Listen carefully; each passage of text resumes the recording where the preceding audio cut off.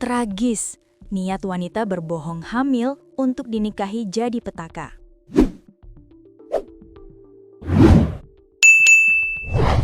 Rosinta, 26 tahun, warga Kecamatan Gayer, Kabupaten Grobogan, mengaku tengah hamil 8 minggu dan menuntut Supri alias Bebek, 36 tahun, warga Desa Karanganom, Kecamatan Sukodono, Kabupaten Sragen, menikahinya.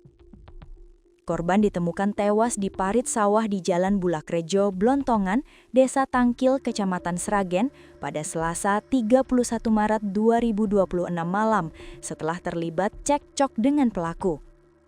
Namun, klaim hamil itu ternyata tidak terbukti.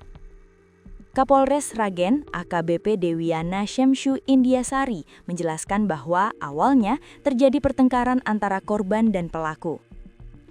Dengan situasi pertengkaran tersebut, pelaku yang sedang mengendarai sepeda motor itu berinisiatif berbelok ke arah jalan kecil di tengah pematang sawah dan berhenti di TKP dengan maksud untuk membicarakan permasalahan dengan korban secara tenang.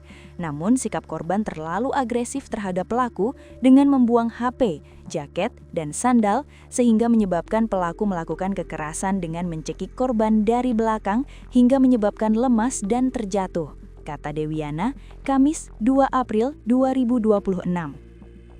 Dewiana menambahkan bahwa pihaknya bersama tim kedokteran forensik Bidokes Polda Jawa Tengah telah melakukan autopsi terhadap korban.